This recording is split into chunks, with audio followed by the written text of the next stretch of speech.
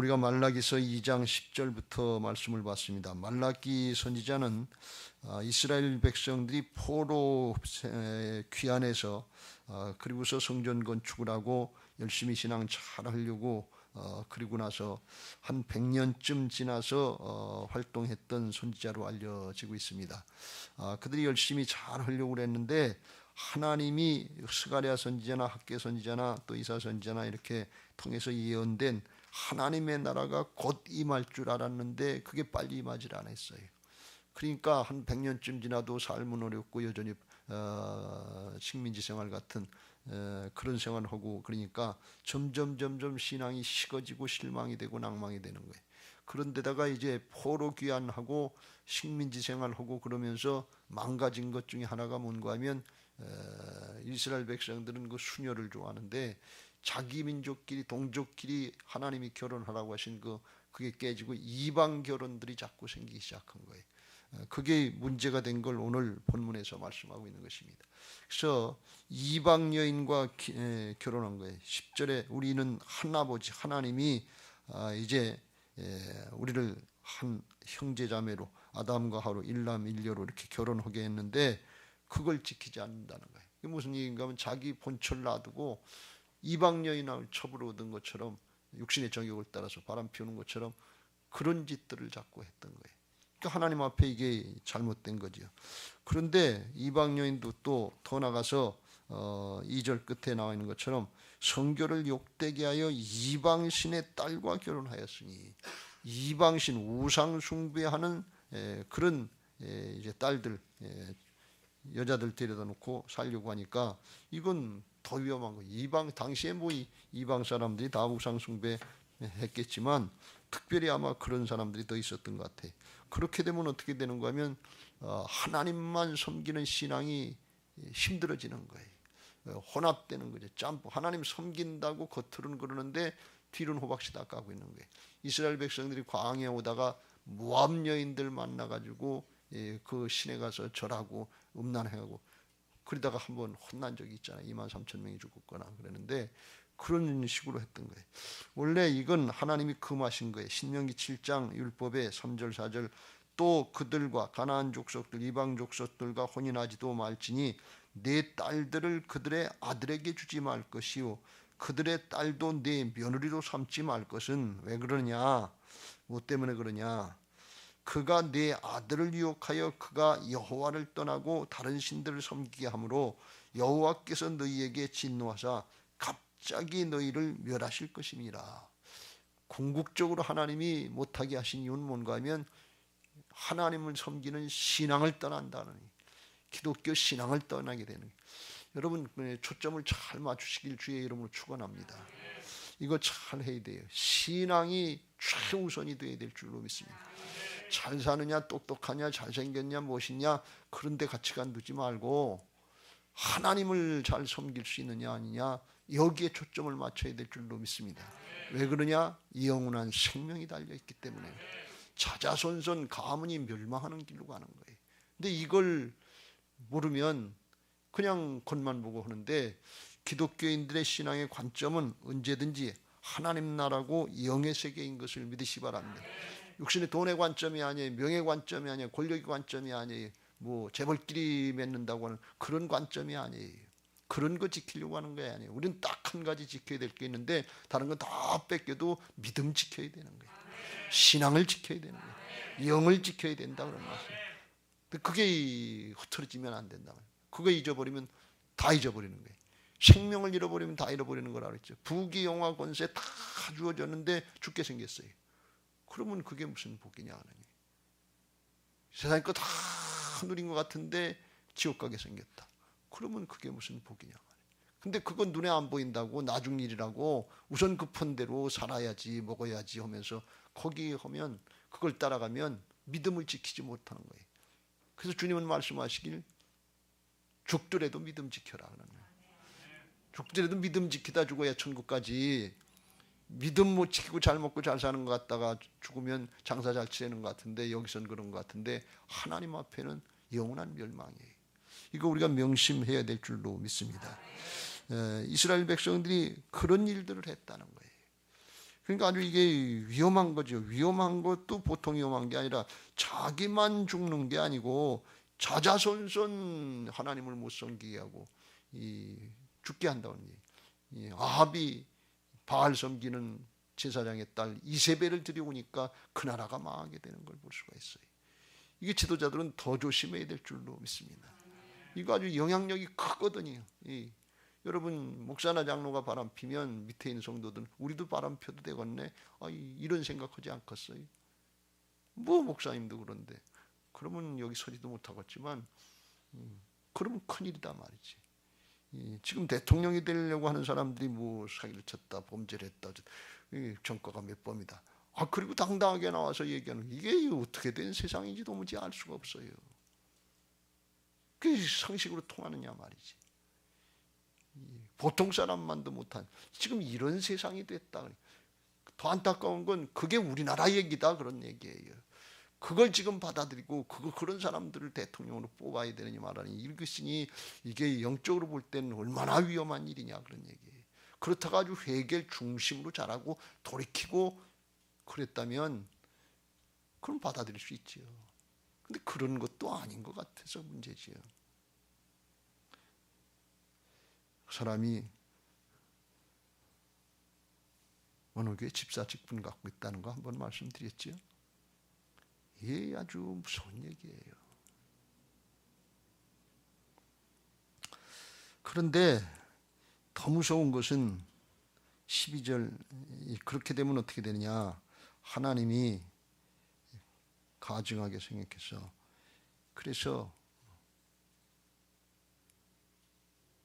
하나님이 기뻐하시겠어요? 12절 끝에 야곱의 장막 가운데서 끊어버리시리라. 이스라엘의 신앙의 공동체에서 끊어버리신다는 출교시킨다는 얘기인데 왜 그래요? 그냥 놔두면 전체가 다 오염되잖아요. 여러분 죄악은 아주 전염성이 강한 것을 꼭 믿어서 믿어야지 분별이 되지. 이게 적당히 넘어가면 큰일 나요. 그냥 적당히 넘어가면 순식간에 집안 망해요. 순식간에 교회가 망해요. 하나님이 그래서 이 아나니와 삽비라 초대교회 허물려고 그럴 때 즉시로 처리한 걸 볼 수가 있어요. 아간 즉시로 처리한 걸 볼 수가 있어요. 왜? 성령의 역사가 강하게 나타날 때는 그 방해하면 안 돼요. 죄악이 방해하기 때문에 그거 끊어내신단 말이죠. 우리가 요즘엔 하도 죄악이 많으니까 끊어내려고 하다 보면 전부 다 끊어내야 되는지 안 해야 되는지 그게 걱정이 돼서 하나님이 잘 드러내시지를 않는 것 같아요. 성령이 충만하고 뜨겁게 나타나는 교회 같으면 죄악이 다 드러나게 돼 있어요. 그냥 놔두면 안 되니까 우리가 이거 구별해야 될 줄로 믿습니다. 앞으로 성령 충만한 교회, 뜨거운 교회 그걸 우리가 바라보고 나가는데 예루살렘 성을 바라보고 나가는데 그러려면 다른 비결이 없어요. 거룩이 능력인 것을 믿으시기 바랍니다. 재주가 능력이 아니에요. 지식이 능력이 아니에요. 돈이 능력이 아니에요. 하나님의 역사는 거룩한 자, 성별된 자를 통해서 일하시는 것을 믿으시기 바랍니다. 하나님 그럼 끊으신다 그랬어요. 13절 그러면서 너희가 이런 일도 행한다 그러면서 너희의 봉헌물을 돌아보지도 아니하시며 그것을 너희 손에서 기꺼이 받지도 아니하시라. 돈 많이 나면 되지 않겠냐. 그거 치다도 안 본다는 거예요. 왜? 죄악된 재물이기 때문에. 착각하지 마세요. 여기다 초점 맞추면 안 될 줄로 믿습니다. 13절 한 수 더 떠서 이런 일도 행하나니 곧 눈물과 울음과 탄식으로 여호와의 제단을 가리게 하는데 이게 무슨 말씀인가 하면 한 수 더 나가서 이방 여인과 결혼하고 처첩을 얻고 그러다가 이제 본처 유대 여자 본처 조광지처는 버린다 그런 얘기예요. 재미가 없다 그리고 버리는 거예요. 그러니까 그 여인들이 하나님 앞에 나서 한나 모양 눈물과 울음과 탄식으로 하나님 앞에 간구하고 하소연하는 그런 일들이 많이 있더라 그러니 그런 일도 행한다. 그러니까 이건 아주 그냥 뻔뻔한 거죠. 그러면서 하는 얘기가 하나님 앞에 14절 너희는 이르기를 어찌 됨이니까 왜 우리 재물을 안 받고 왜 우리를 끊으시려고 하십니까? 똥싼 놈이 성질 내는 거죠. 죄악이 굳어지면 회개할 생각이 아니라 하나님 앞에 대드는 거 아세요? 원망 불평하기 시작하고 그게 대들기 시작하면 내 심령이 아주 하나님 앞에 이게 정도가 심해졌다고 하는 걸 깨달으시길 주의 이름으로 축원합니다. 잘못된 걸 깨우쳐지면 겸손히 회개하고 부끄럽게 무릎 꿇을 줄 알아야 되지. 이거이 내가 언제 그랬냐 하는 식으로다가 고개를 뻣뻣이 들면 이거 어떻게 회개를 하겠냐.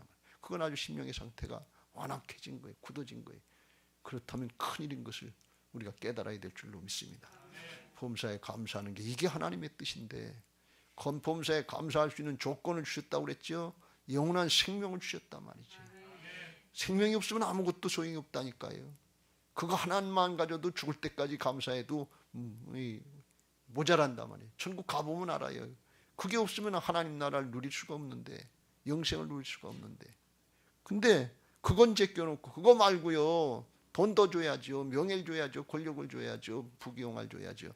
그러니까 인간적인 욕심에 사로잡혀서 그거 말고 또 다른 걸 달라고 그러는데, 그 또 다른 달라는 거, 그거는 욕심일 뿐이지 지나가는 것이 잠시 잠깐이면 없어지는 것이고 놓고 갈 것이라고 하는 걸 잘 깨달으시길 주의 이름으로 축원합니다.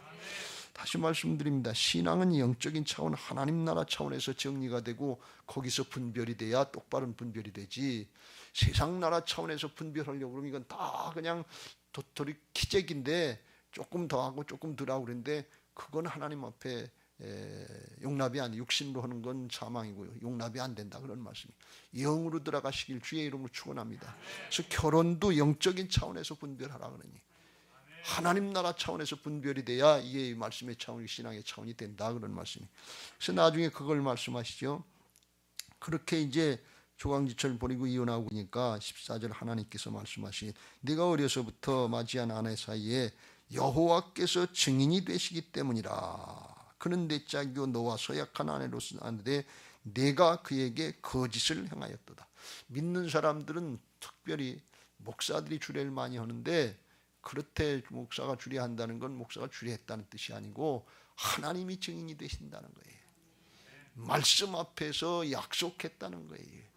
말씀 붙잡고 약속하는 거, 이 말씀은 영원한 차원인 것을 믿으시기 바랍니다. 여러분, 믿는 사람들은 딴 사람 주례 세우지 마세요.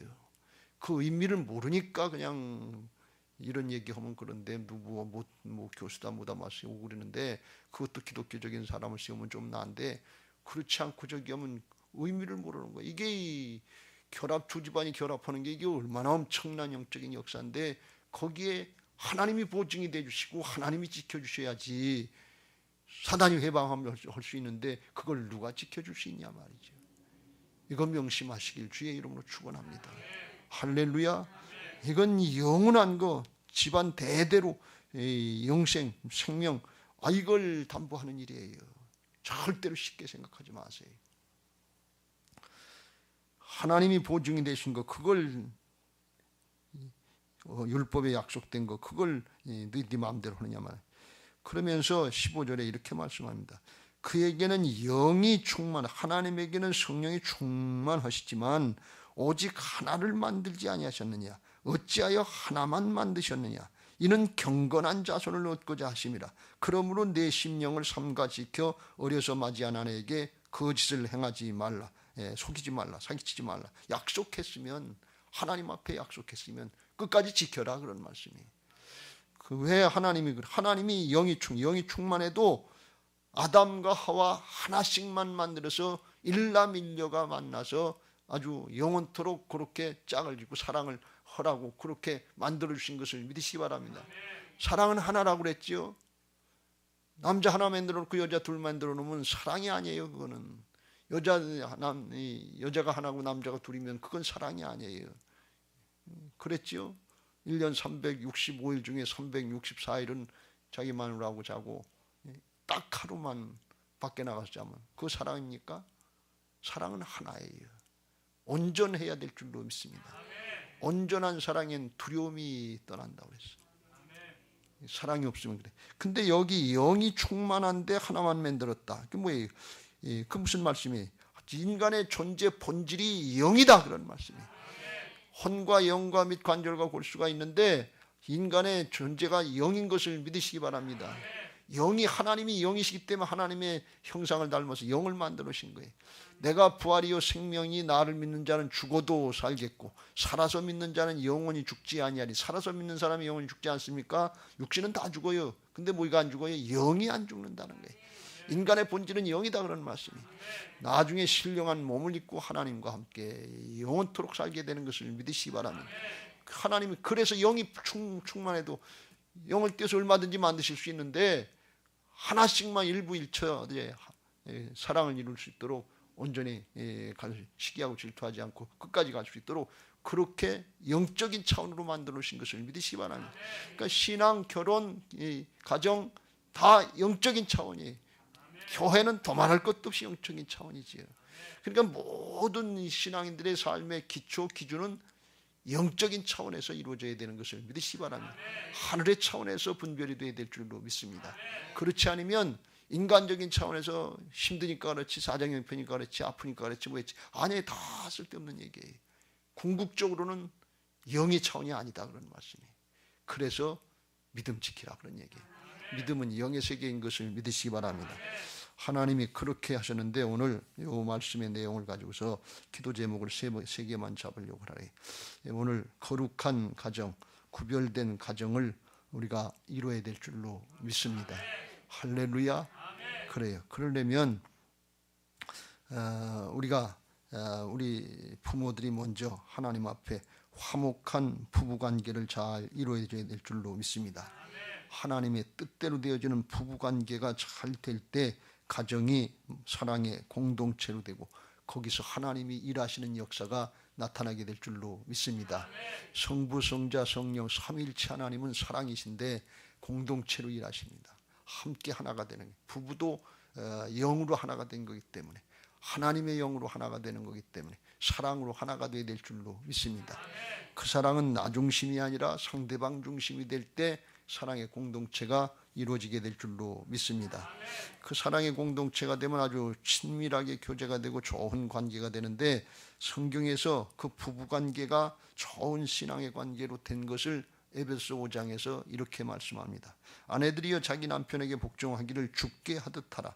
이는 남편이 아내의 머리됨이 그리스도께서 교회의 머리됨과 같음이니 그가 바로 몸의 구주시니라. 그러므로 교회가 그리스도에게 하듯 아내들도 범사에 자기 남편에게 복종할지니라. 이건 인간의 차원, 기분, 감정의 차원이 아니고 영적인 차원이다 그런 말씀이에요. 하나님 나라 차원이. 또 남편들은 아내 사랑하기를 그리스도께서 교회를 사랑하시고 그 교회를 위하여 자신을 주신같이 하라. 자기를 내주라 그래. 목숨 내주고 사랑해라. 목숨 걸고 사랑해라.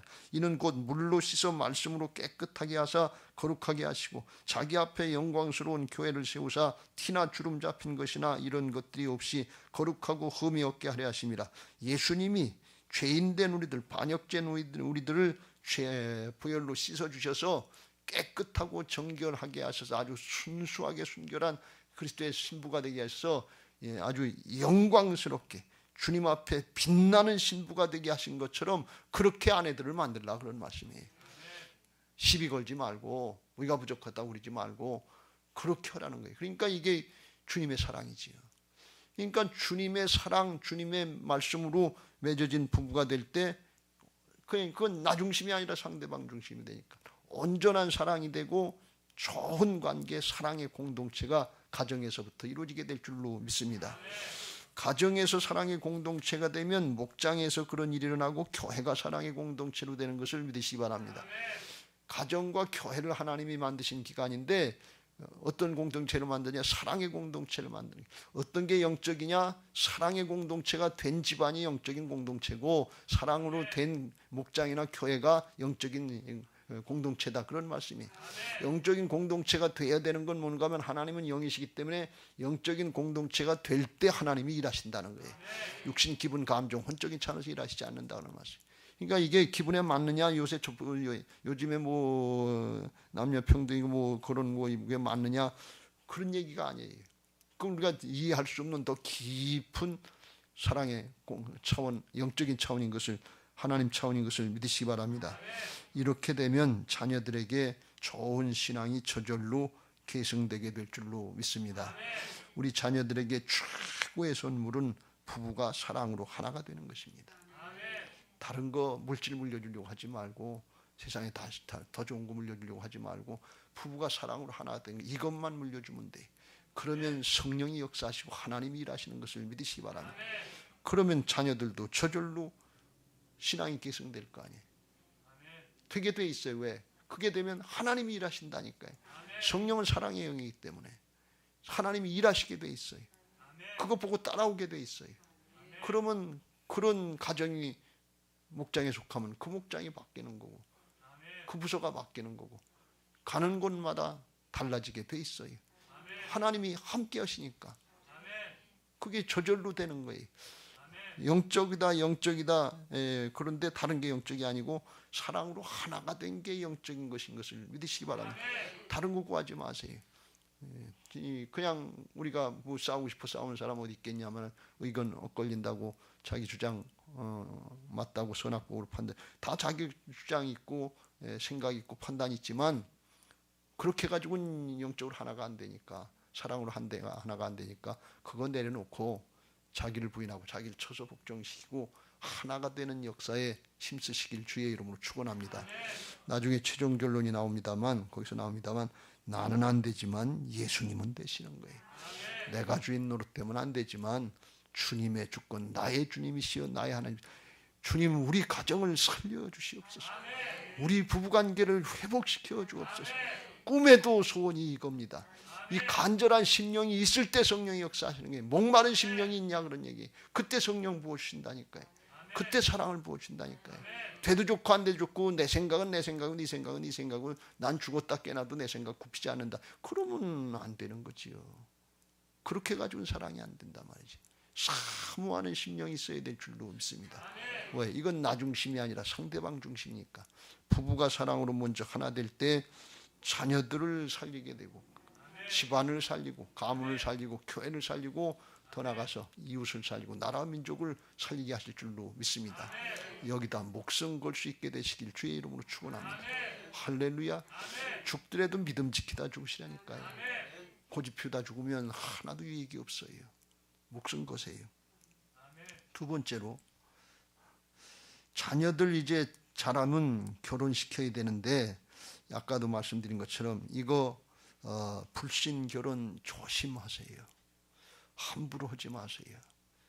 애들이 그냥 정들었다고 좋았다고 그거 함부로 시킬 거 아니다 그런 말씀이에요. 왜? 이게 영적인 문제니까. 영적인 차원에서 분별이 돼야 된다니까요. 학벌이다, 돈이다, 가문이다, 뭐 여러 가지 조건들 많이고, 뭐 인물이다, 뭐 이 정이 들었다, 뭐 별 얘기들 다 하는데 영적인 차원이 아니면 아닌 거예요. 이거 분별해야 돼. 이 현준이 잘 들어. 아멘. 여기서 했으니까. 정말이에요. 그런데 무조건 이방 여인이다, 무조건 불신자다 그래서 안 되는 건 아니에요. 성경적인 근거를 보면 이방인이라도 이방 여인이라도 유대 공동체로, 신앙의 공동체로 들어와서 신앙을 하겠다, 개종하겠다 그러면 된다 그런 얘기예요. 예수님 믿고 신앙생활 하겠습니다 그러면 된다 그런 얘기예요. 그런데 끝까지 안 한다 그러면 고려하라 그런 얘기예요. 성경에 보면 룻은 모압 여인이었어요. 근데 자기 시어머니 나오미를 쫓아와서, 아무것도 없는 집안인데, 다 망한 집안인데, 시어머니도 과부고 자기도 소년 과부인데 뭐가 있어. 옛날에 과부는 아무것도 할 게 없거든요. 그러니까 이삭 주어서 부모님 봉양할 거밖에 없단 말이에요. 그러니까 이방 여인이에요. 거기 가봐야, 유대 땅 들어가봐야 멸시천대밖에 받을 게 없어요. 그런데 하나님이 거기 자기 시어머니하고 함께하는 거라고 그걸 따라간 거예요. 그리고 거기 가서 부모님을 잘 봉양하면서 신앙을 하려고 한다고 그러니까 유다 지파의 보아스라고 하는 사람을 만나게 하셔서 자식을 낳게 하시고 오벳을 낳고, 그래서 다윗의 증조 할머니가 되고, 그리고 그 집안에서 다윗 왕이 나오고 그 집안에서 예수 그리스도가 나왔다는 거 아닙니까? 그러니까 믿겠다 그러면 이방이든 불신자든 상관없어요. 그런데 안 믿겠다고 불신하고 그러면 그건 절제하라 그런 말씀. 근데 기왕이면 믿겠다고 한 말만 듣고서 했다가 안 믿는 경우가 있어요. 그래서 가급적이면 세례 받게 하고 그리고 결혼시켜도 늦지 않는다 그러니 너무 서둘릴 거 없어요. 그래도 늦지 않네. 너 진짜 믿으려고 그러면 세례 받고 신앙하는 거 시작하면 허락하겠다. 이 정도는 버틸 수 있어야 될 거 아니에요. 그냥 믿겠다고 말만 해라. 그러면 허락할게. 빌어서 그렇게 하려고 하지 말고. 왜? 이게 너무나 소중한 거기 때문에. 영원한 생명이 달렸다니까요. 가문의 장래가 달렸다니까요. 이거 명심하시길 주의 이름으로 축원합니다. 늘 말씀드리죠. 결혼하기 전에 결혼하는 남자를 만났든지 결혼하기 전에 결혼하는 여자를 만나서 지금 신앙하게 된 사람들이 있으면 그 남편 그 안에 업어주고 다녀요. 업고 다녀도 평생 그거 해도 그 감사, 그 은혜 다 못 갚으니까. 무슨 얘기인지 아시겠죠? 그렇게 소중하다 그러니. 이게 왜 그러냐? 이 영적인 차원이고, 하나님이 자식들은 내 자식인 줄 알고 착각들 하는데 생명이 하나님께서 속해 있지 내 자식이 아니에요. 하나님이 잠깐 맡겨주신 것뿐이지 내 마음대로 할 수 있는 게 아니에요. 시편 127편에 보라, 자식들은 여호와의 기업이요 태의 열매는 그의 상급이로다. 젊은 자의 자식은 장사의 수중의 화살 같으니 이것이 그 화살통에 가득한 자는 복되도다. 그들이 성문에서 그들의 원수와 담판할 때 수치를 당하지 아니하리로다. 자식은 기본적으로 하나님의 기업이고 내 기업이 아니에요. 그러니까 하나님의 뜻대로 키워야 될 줄로 믿습니다. 그러니까 꼭 뭐 목사시키고 뭐 신학을 하고 그런 얘기가 아니고, 이게 그리스도의 좋은 군사를 만들라 그런 얘기예요. 화살통의 화살처럼 아무 때라도 쓸 수 있는 화살처럼 그리스도의 좋은 군사들을 만들어야 되는데, 그게 뭔가 하면 어느 부분에서 일하든지 어떤 분야에서 일하든지 먹든지 마시든지 뭘 하든지 하나님께 영광을 돌리는 게 이게 목적이 돼야 된다 그런 말씀이에요. 그런 신앙을 만들어라 그런 말씀이에요. 다 목사할 수 있는 거 아니에요. 다 신학할 수 있는 거 아니고 다 선교사하는 거 아니고 다. 그런데 속에 가치관 분명히 된다 말이죠. 그게 그리스도의 좋은 군사들을 만드는 비결인 것을 믿으시기 바랍니다. 그러면 가문을 대대로 살리게 될 줄로 믿습니다. 그리고 한 가지 더 기도의 제목을 보면, 주님께서 이혼 함부로 하지 말라고 그랬고 일남 일녀가 만나서 잘 살라고 그랬는데, 예수님이 이혼 문제에 대해서 바리새인들이 와서 물어보니까 예수께서 대답하여 이르시되 사람을 지으신 이가 본래 그들을 남자와 여자로 지으시고 말씀하시기를 그러므로 사람이 그 부모를 떠나 아내에게 합하여 그 둘이 한 몸이 될지니라 하신 것을 읽지 못하였느냐. 그런즉 이제 둘이 아니요 한 몸이니 하나님께서 하나라고 해주신 거예요. 그러므로 하나님이 짝지어 주신 것을 사람이 나누지 못할지니라. 사람이 나누는 게 하나님이 하신 일을 사람이 나눌 수 없단 말이에요. 근데 딱 한 가지 주님이 허락하신 게 있는데 9절에 내가 너희에게 말하니 누구든지 음행한 이유 외에 아내를 버리고 다른 데 장가드는 자는 간음함이니라. 음행을 부정을 행했을 때는 이혼해도 된다. 그런데 부정을 행해도 참고 돌이키게 회개하고 돌이키게 하면 그거는 잘하는 거다 그런 말씀. 일부러 이혼하라는 게 아니라 이건 성적으로 타락해서 갈라지면 그거는 이혼할 수 있는 조건이 돼요. 근데 그 외에는 삶이 어렵다, 성격이 안 맞다, 어쨌다 그런다, 그건 용납이 안 돼요. 그러니까 오늘날 무분별하게 이혼할 수 있는 거 그 성경은 안 맞아요.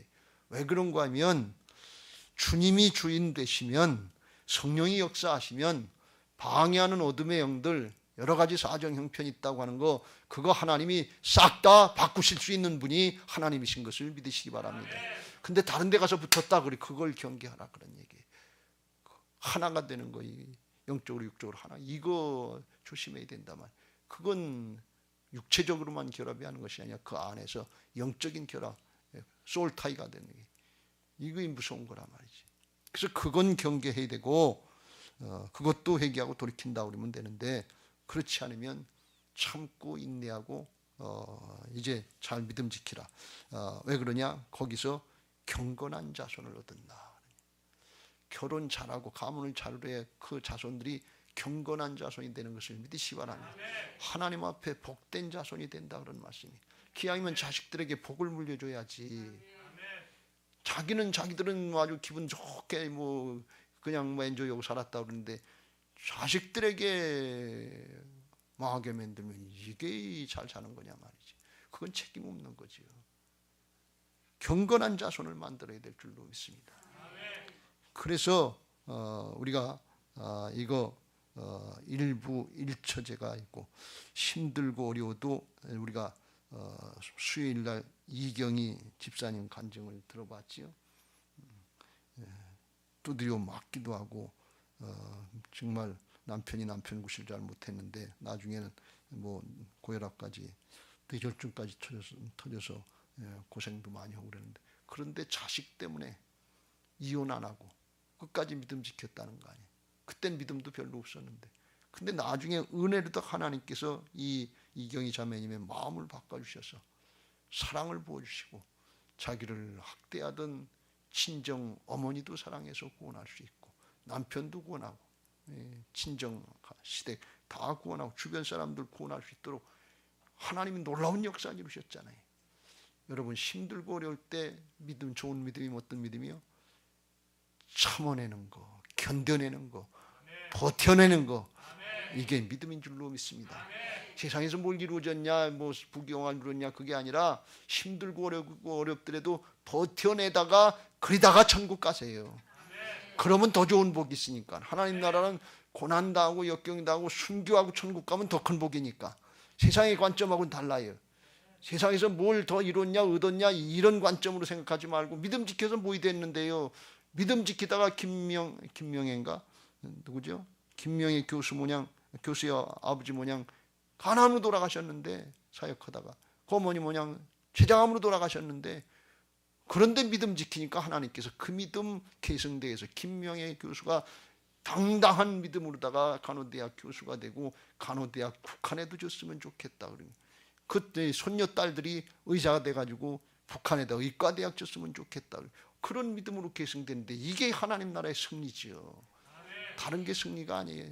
세상적인 관점이 아니라 영적인 관점, 하나님 나라 관점에서 가문이 거룩하게 성별될 수 있도록 구별을 하시길 주의 이름으로 축원합니다. 이거 요즘 얘기로 하면 아주 힘든 얘기인데, 내가 주인 되면 안 되고 예수님이 주인 되시면, 부활신앙이면 주께서 나를 통해서, 우리를 통해서, 우리 집안을 통해서 이루실 줄로 믿습니다. 천부에서 일남일녀군, 한 남자 한 여자가 결혼하는 거니까 동성결혼은 불법입니다. 동성애는 불법이 하나님의 창조의 섭리를 막는, 그 사람들을 미워하는 것이 아니고 그게 자체가 죄다. 그러니 죄는 미워하되 사람은 미워하지 말고 사랑으로 덮어주고 복음 전해서 어떻게 하든지 구원해야 될 줄로 믿습니다.